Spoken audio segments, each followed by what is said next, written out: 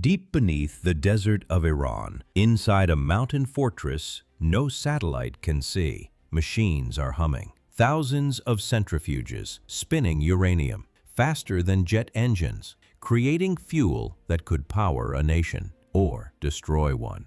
The facility at Natanz is sealed, guarded, disconnected from the internet, untouchable. But something is already inside. It doesn't announce itself. It doesn't demand ransom. It simply watches, learns, waits. Then, without warning, the machines begin to lie. Centrifuges spin wildly out of control while computer screens show perfect stability. Engineers stare at their monitors confused. Everything looks normal, but deep in the code, something is hunting. This wasn't just malware. It was the first weapon made entirely of code. To understand how we got here, you need to go back to when the internet was young, when connection meant possibility, not danger. In the early days, we believed the digital world would bring us together. Information would flow freely. Borders would matter less. The future felt bright. But nations don't think like dreamers.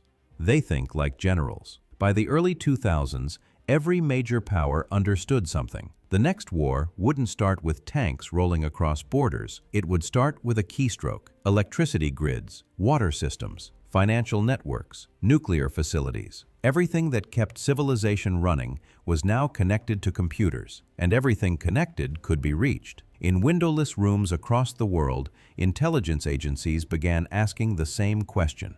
What if we could attack without ever firing a shot? The Pentagon established U.S. Cyber Command. Russia built sprawling hacker brigades. China invested billions in digital warfare divisions. Israel, small but brilliant, became obsessed with asymmetric advantage. Everyone was preparing for a war that hadn't been declared yet. Meanwhile, in Iran, something was accelerating. After the Islamic Revolution, Iran had been isolated, sanctioned, cut off from the West. But they had ambition. They wanted nuclear capability. They insisted it was for energy. The world suspected otherwise. Deep underground, at a facility called Natanz, thousands of centrifuges were being installed. Aluminum tubes spinning at supersonic speeds, separating uranium isotopes atom by atom. It was slow, painstaking work, but it was working, and that terrified certain governments. Traditional military strikes were too risky. Diplomacy was failing. Sanctions weren't enough.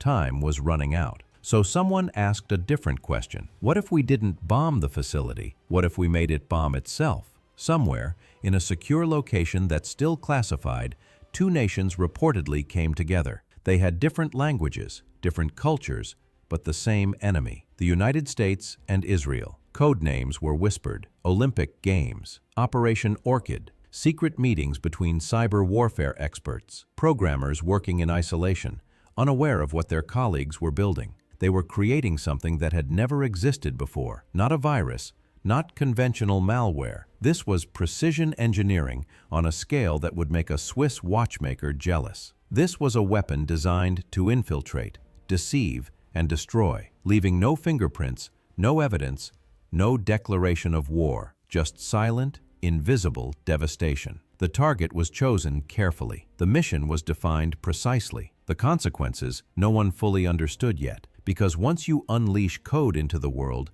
you can't call it back. You can't negotiate with it. You can't control where it spreads. But they moved forward anyway. Somewhere in a lab, a line of code was about to change everything. At first, it was just small things. A centrifuge spinning slightly faster than it should, then slowing down.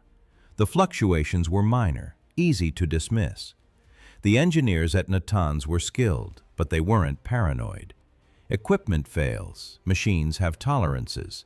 Sometimes things just break. They replaced components, recalibrated systems, ran diagnostics. Everything checked out. But then it happened again, and again. Centrifuges that should have lasted years were failing in months. The expensive aluminum tubes were warping, cracking, becoming useless. Iran's nuclear program, which had been accelerating, suddenly began to stall. Millions of dollars in equipment ruined. The Iranian government grew frustrated. They blamed manufacturers. They suspected sabotage in the supply chain. They interrogated personnel, looking for traitors. But they never suspected their computers. Inside the Natanz facility, the control systems showed perfect operation. Every sensor reading was normal. Every alert was green. The data was flawless. The data was also a complete lie. Because something had learned to speak the language of these machines fluently. It could read their commands, mimic their protocols, and inject its own instructions seamlessly. It knew exactly how fast the centrifuges could spin before they'd tear themselves apart. It knew how to make them dance at the edge of catastrophe, speeding up, slowing down, creating vibrations that would crack the delicate machinery from the inside. And it knew how to hide. When supervisors checked the systems, they saw recordings, loops of normal operation, playing on repeat like a security tape from a heist movie. Everything looked fine because they were being shown what they wanted to see. Meanwhile, below their feet, in the sealed chambers, centrifuges were screaming. Engineers would enter the facility and find machines destroyed, hot metal twisted beyond recognition, and their computers would insist nothing was wrong. Some began to question their own sanity. How do you fight an enemy you can't see? How do you fix a problem that doesn't show up in any diagnostic? The Iranian nuclear program began to collapse in slow motion. Not from bombs, not from sanctions, from confusion and invisible sabotage. And the strangest part? This thing, whatever it was, wasn't just at Natanz. Reports started trickling in from other locations. Other facilities in Iran were experiencing similar problems. Different industries, different systems. Something was spreading. But no one had found it yet. No one had looked in the right place. Because you don't suspect your computer is waging war against you. You don't imagine that lines of code can have strategic military objectives. You don't believe in weapons made of ones and zeros. Not yet. What they couldn't see was already inside their system. June 2010. Belarus. A small cybersecurity company called Virus Block Ada receives an unusual complaint. Computers in Iran are crashing repeatedly. The client is desperate. Sergei Ulysin, a researcher at the company, begins investigating. He expects to find something routine, maybe a new variant of known malware, an annoying bug. What he finds instead makes him go pale. The code is massive, over 0.5 megabyte, enormous by malware standards. Most viruses are simple, crude things. This is different. This is architecture. He extracts the file and begins reverse engineering it, line by line. The deeper he goes, the more disturbed he becomes. This malware uses 4 zero-day exploits. 4! For context, a zero-day is a security vulnerability unknown to the software manufacturer. Finding one is rare. Using one is serious. Having 4 means unlimited resources, nation-state resources. Ulysin shares his findings with the global cybersecurity community. Within days, researchers from Kaspersky Lab, Symantec, and other major firms are analyzing the same code. They start calling it Stuxnet, a name pulled from keywords buried in the malware. And the more they dig, the more impossible it becomes. Stuxnet is using stolen digital certificates to appear legitimate. These certificates belong to real companies, Realtek and J-Micron, both in Taiwan. Someone physically infiltrated these companies and stole their cryptographic credentials. Stuxnet spreads through USB drives, perfect for jumping air-gapped networks that aren't connected to the internet.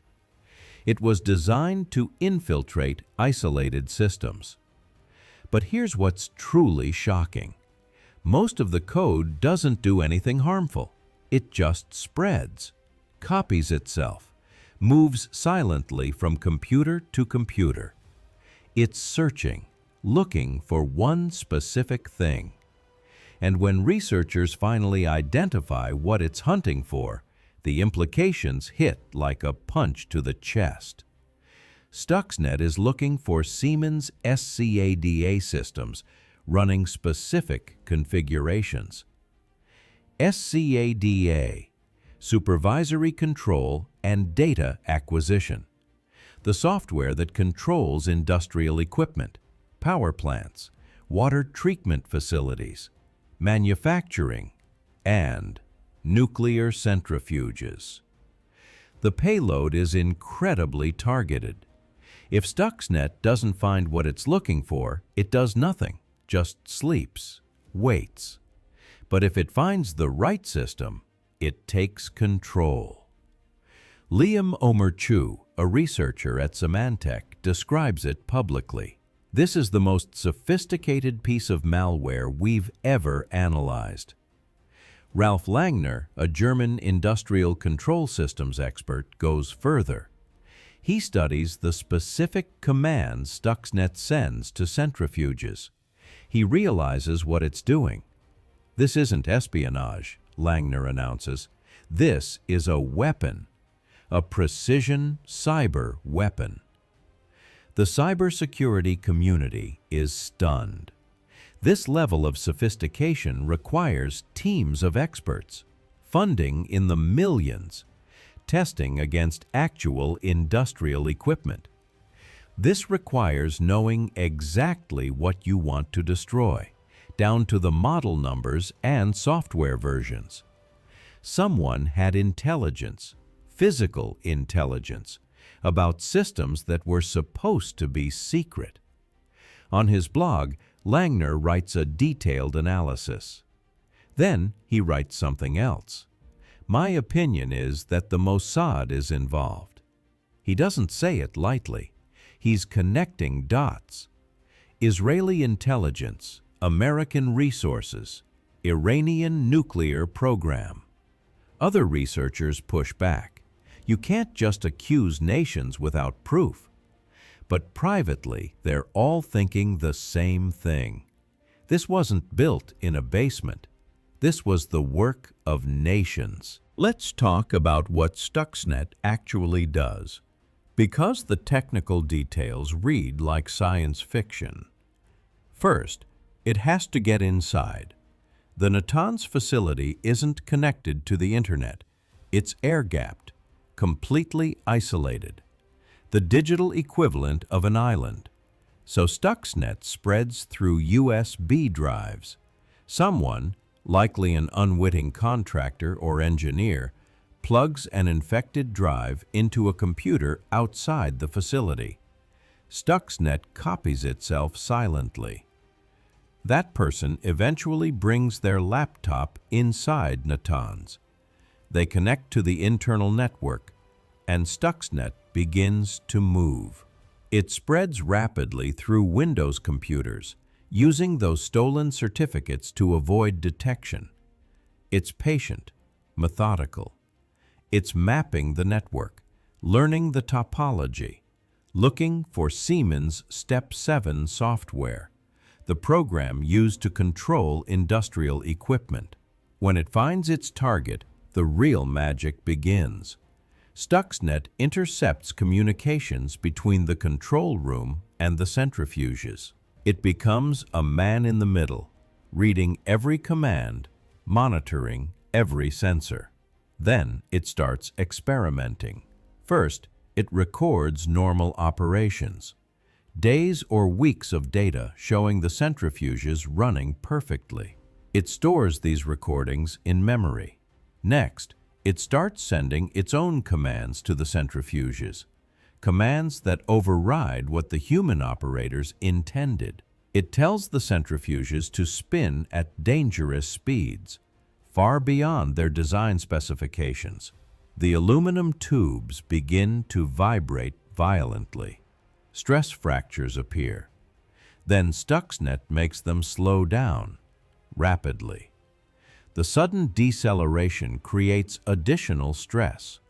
It alternates these patterns: fast, slow, fast, slow. Like shaking a bridge until it collapses, the centrifuges literally tear themselves apart. And the entire time, the control room sees those recordings of normal operation. Perfect sensor readings, green lights across the board. Engineers watch their screens and see stability. Then, they walk into the chamber and find destruction. It's psychological warfare against machines and humans simultaneously. David Albright, a nuclear expert, later estimates that Stuxnet destroyed about 1,000 centrifuges. That's 1/5 of Iran's total capacity at Natanz. Iran's nuclear program, which had been rapidly advancing, suddenly plateaued, then regressed. International inspectors from the IAEA noticed the setbacks, but couldn't understand why Iran was struggling. The Iranians themselves seemed confused. Because how do you explain that your computers are possessed? But there's something else. Something even more disturbing about Stuxnet's design. It has an expiration date. Buried in the code is a kill switch. After June 2012, Stuxnet would stop spreading and become dormant. It was programmed to erase itself eventually. This wasn't meant to be discovered. This was meant to sabotage silently, then disappear. It was the perfect crime, if it had stayed secret. But code doesn't follow orders perfectly. Stuxnet had a bug, an error that caused some infected computers to crash. Those crashes led to the investigation that exposed everything. Even the most sophisticated weapon in history wasn't flawless. When the full scope of Stuxnet became public, reactions ranged from admiration to horror. Cybersecurity experts marveled at the technical achievement. This was years ahead of anything they'd seen. But geopolitical analysts saw something different: a line being crossed. For the first time in history, one nation had used code to physically destroy another nation's infrastructure. No troops, no missiles, no declaration of war, just invisible instructions that made machines commit suicide. The world's first cyber weapon had just fired, and no one even saw it happen. Here's the problem with digital weapons. They don't stay where you put them. Stuxnet was designed for one target: Iran's nuclear program, specifically the centrifuges at Natanz and possibly Fordow. But by mid-2010, Stuxnet had infected computers in more than 100,000 locations worldwide: Indonesia, India, Pakistan, Germany, the United States, everywhere. Because code doesn't respect borders, it doesn't check passports. A USB drive travels innocently in someone's laptop bag, crosses international airports, and suddenly a weapon designed for Iran is replicating in Chicago. This terrified the people who created it. According to later reports, unconfirmed but widely believed, American and Israeli officials watched in growing alarm as their creation spread globally. They'd built a smart weapon, targeted, precise. But they'd also built something that could self-replicate and move independently. Imagine designing a missile that, after firing, starts building copies of itself and shooting in random directions. That's what happened, and they couldn't stop it. You can't recall code once it's released. There's no self-destruct button that works retroactively.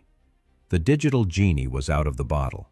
Security firms started detecting Stuxnet on critical infrastructure systems worldwide. Power plants that had nothing to do with Iran, water treatment facilities, manufacturing plants. The payload was dormant in most cases. Stuxnet was very specific about what it attacked. But the presence alone was disturbing. Because if Stuxnet could spread this far by accident, what could someone spread on purpose? Inside intelligence circles, there was reportedly significant tension. The Americans were furious with the Israelis. Israeli intelligence had allegedly modified Stuxnet to be more aggressive, which may have caused it to spread more widely and get detected faster than planned. The Israelis were frustrated that the mission had been exposed at all. Both sides now faced a problem. How do you maintain plausible deniability when your code is being dissected by researchers worldwide? Meanwhile, other nations were paying very close attention. Russia watched carefully. China took notes. North Korea observed with interest. Everyone was learning from Stuxnet's design, studying its techniques, understanding its strategies. It was like watching a nuclear test and then getting the blueprints. Iran itself took months to fully understand what had happened. When they finally pieced it together, their response was swift. They arrested scientists, accusing them of collaboration. Some reports suggest executions, though confirmation is impossible. They completely rebuilt portions of their nuclear program. New computers, new networks, new security protocols. And they started developing their own cyber weapons. In 2012, Saudi Arabia's national oil company, Saudi Aramco, was hit by a devastating cyber attack. A virus called Shamoon wiped data from 30,000 computers in a single day. Many experts believe this was Iran's retaliation. Then came attacks on U.S. banks. Distributed denial-of-service attacks that disrupted online banking for millions of Americans. Iran wasn't just defending anymore. They were striking back. Stuxnet had started an invisible arms race, and the escalation was happening in shadows, far from public view. Because that's the nature of cyber warfare. It's silent, deniable, hard to attribute with certainty. You can destroy infrastructure, steal secrets, and manipulate systems, all while maintaining you had nothing to do with it. The traditional rules of engagement didn't apply. What happens when a weapon refuses to stay secret? September 2010. News breaks publicly.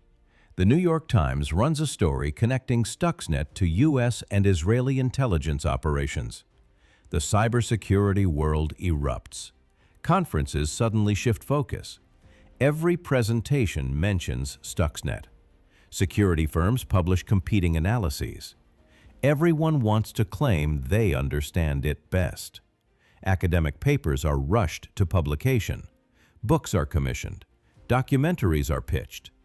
But underneath the public fascination, there's genuine fear, because Stuxnet proved something terrifying. Critical infrastructure is vulnerable. Every power grid, water system, and transportation network in the developed world runs on computers. And computers can be compromised. Governments around the world begin emergency audits. How vulnerable are we? What could an adversary do if they turned our own systems against us? The answers are not comforting. A hacker with sufficient skill could shut down electricity to millions, could open floodgates at dams, could cause chemical plants to explode, all from a keyboard. NATO holds emergency sessions. The United Nations debates whether cyber attacks constitute acts of war. International law, written for bullets and bombs, suddenly seems inadequate. If one nation destroys another's infrastructure with code, is that warfare? Is it espionage? Is it terrorism? No one can agree. Meanwhile, defense contractors start advertising cyber warfare capabilities. Billion-dollar budgets are allocated. Every major military creates dedicated cyber divisions. The arms race accelerates. Israel reportedly establishes Unit 8200 as one of the world's premier cyber warfare organizations. Russia's GRU and FSB build sprawling hacker networks. China's PLA Unit 61398 becomes notorious for industrial espionage. And the United States? U.S. Cyber Command grows from a nascent organization into a full combatant command with thousands of personnel. Everyone is weaponizing code. But here's the problem. You can see tanks being built. You can detect nuclear tests. Cyber weapons are invisible until they strike. The world entered a new era where the most dangerous arsenals were lines of code stored on secure servers, and no one knew who had what. Cybersecurity became a matter of national survival.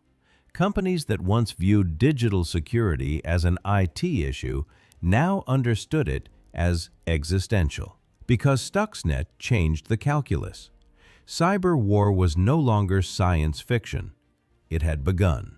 Officially, no government admits involvement in Stuxnet. The United States maintains careful silence.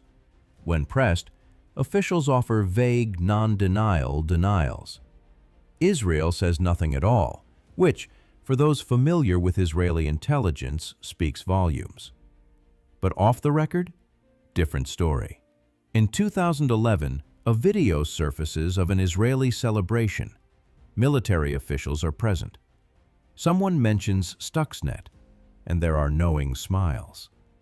Nothing explicit, just acknowledgement. Later, Vice President Joe Biden makes an offhand comment about Iran's nuclear setbacks. He doesn't mention Stuxnet by name, but the implication is clear. In 2012, the New York Times publishes a detailed account based on anonymous sources. It names Operation Olympic Games, describes meetings between American and Israeli officials, details the collaboration. The Obama administration neither confirms nor denies the reporting. This becomes the pattern: public denial, private acknowledgement. Because admitting you've committed an act of cyber warfare creates legal and diplomatic problems. Do you call it sabotage? Espionage? War? If it's war, did you declare it? If it's not war, was it legal? International law struggles to catch up. And there's a moral question underneath everything. Is this better than bombing? Stuxnet delayed Iran's nuclear program without killing anyone. No pilots risked, no civilians in blast zones, just damaged machinery. Some argue this is the future of conflict: precise, surgical, relatively humane. Others warn precedents are dangerous. If cyber attacks on infrastructure are acceptable, what's to stop escalation? What if next time, instead of spinning centrifuges out of control, someone targets hospitals, air traffic control systems, nuclear power plants? The line between sophisticated sabotage and mass casualties is thinner than anyone wants to admit. And if one worm could break a nation's machines, what could the next one do? Stuxnet didn't end cyber warfare. It began it. In the years that followed, the attacks multiplied. 2013, hackers breached Target, stealing credit card data from 40 million customers. Not state-sponsored, but it revealed systemic vulnerabilities. 2014, Sony Pictures is attacked, likely by North Korea, in retaliation for a comedy film. Entire networks are destroyed. 2015, Russia allegedly hacks Ukraine's power grid, leaving hundreds of thousands without electricity in the middle of winter. 2016, the U.S. election becomes a battlefield for disinformation and hacking operations. 2017, WannaCry ransomware spreads globally using tools allegedly stolen from the NSA. Hospitals in the UK are crippled. Entire companies shut down. NotPetya follows months later, disguised as ransomware, but actually designed for pure destruction. Damages exceed $10 billion. Each attack learned from Stuxnet. Each one pushed boundaries further. The invisible arms race intensified. Nations began stockpiling zero-day exploits like nuclear warheads. Instead of uranium enrichment, intelligence agencies hunt for software vulnerabilities. The logic is chilling. Better to find the weakness first and weaponize it than to let an adversary discover it. But this creates a moral hazard. Governments become invested in keeping software insecure because it serves their offensive capabilities. Meanwhile, everything becomes connected. Smart homes, autonomous vehicles, medical devices, industrial control systems. The attack surface grows exponentially, and attribution remains nearly impossible. Hackers use proxy servers, false flags, and stolen tools. Russia attacks while leaving Korean code signatures. China deploys malware designed to look Iranian. It's warfare by confusion. The public barely notices because it's invisible. No explosions, no footage on the evening news, just systems quietly compromised, data silently stolen, infrastructure slowly undermined. But experts know the truth. We are living through an undeclared global cyber war. Every nation with technological capacity is engaged. Offense and defense blur together. And Stuxnet started it all. Not because it was the first cyber attack, there were many before it, but because it proved that code could achieve what previously required bombs. It showed the world that a few hundred programmers could do what entire military divisions once did. And once that door opened, there was no closing it. We crossed a line that day, and there's no way back. So, here we are. You're listening to this on a device connected to the internet. Maybe your phone, maybe a computer. That device is running millions of lines of code, software you didn't write, systems you don't fully understand. And somewhere in that complexity, there might be vulnerabilities, weaknesses waiting to be exploited, not by criminals looking for profit, but by nations preparing for conflict. Because in the years since Stuxnet, cyber warfare became normalized. It's budget lines in defense departments, career paths for computer scientists, strategic doctrine taught in military academies. Your power grid has been probed by foreign intelligence. Your water systems have been scanned for weaknesses. The traffic lights you rely on, the hospitals you trust, all of it runs on code that someone, somewhere, is trying to break into. Not today, maybe not tomorrow, but when tensions rise, when conflicts escalate, when nations decide that open warfare is too costly, they'll reach for their keyboards instead of their missiles. And you won't see it coming. There won't be sirens, no warning broadcasts, just systems quietly failing, infrastructure mysteriously malfunctioning.